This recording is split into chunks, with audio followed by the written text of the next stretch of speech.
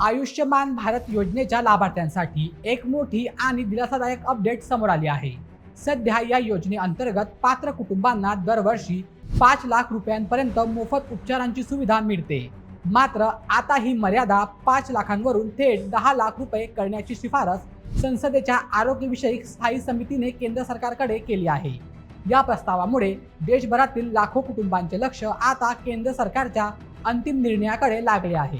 समितीने आपल्या अहवालात म्हटले आहे की आजच्या काळात कर्करोग, यकृत प्रत्यारोपण, हृदय शस्त्रक्रिया आणि इतर गंभीर आजारांवरील उपचारांचा खर्च मोठ्या प्रमाणात वाढला आहे।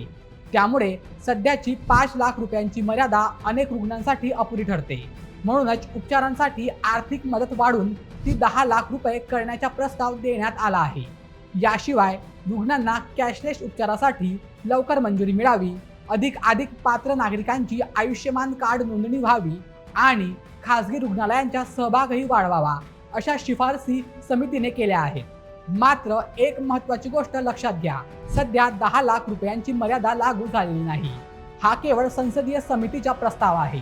आता केंद्र सरकार या शिफारसीचा विचार करणार असून सरकारने अधिकृत निर्णय घेतल्यानंतरच हा बदल लागू होईल। त्यामुळे सध्या लाभार्थ्यांना पूर्वीप्रमाणेच 5 लाख रुपयांचे आरोग्य संरक्षण मिळत आहे। जर केंद्र सरकारने हा प्रस्ताव मंजूर केला तर गंभीर आजारांवर उपचार घेणाऱ्या लाखो गरीब आणि मध्यमवर्गीय कुटुंबांना मोठा आर्थिक दिलासा मिळू शकतो। त्यामुळे आयुष्यमान भारत योजनेतील हा प्रस्ताव आगामी काळात आरोग्य क्षेत्रातील महत्त्वाचा निर्णय ठरू शकतो। तर मित्रांनो, तुम्हाला काय वाटतं? आयुष्यमान भारत योजनेअंतर्गत उपचारांची मर्यादा 5 लाखांवरून 10 लाख रुपये करायला हवी का? तुमचं मत कमेंटमध्ये नक्की सांगा आणि अशा व्हिडिओंसाठी आपल्या बोलमेच्या YouTube चॅनलला सबस्क्राईब करायला विसरू नका। धन्यवाद।